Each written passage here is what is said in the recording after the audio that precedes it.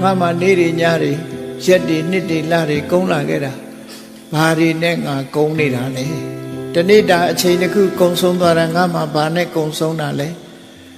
တမိုးမရှိတဲ့အရာတွေလောက်ကင်ပြီးတော့ကုန်းဆုံးတာလားကုသိုလ်စိတ်နဲ့ကုန်းဆုံးတာလားသို့မဟုတ်အကုသိုလ်စိတ်တွေနဲ့ကုန်းဆုံးသွားတာလားတနေ့ပြီးတနေ့ငါဟာအသက်ကြီးလာပြီကြီးလာတဲ့အခါမှာဒီတန်တရားက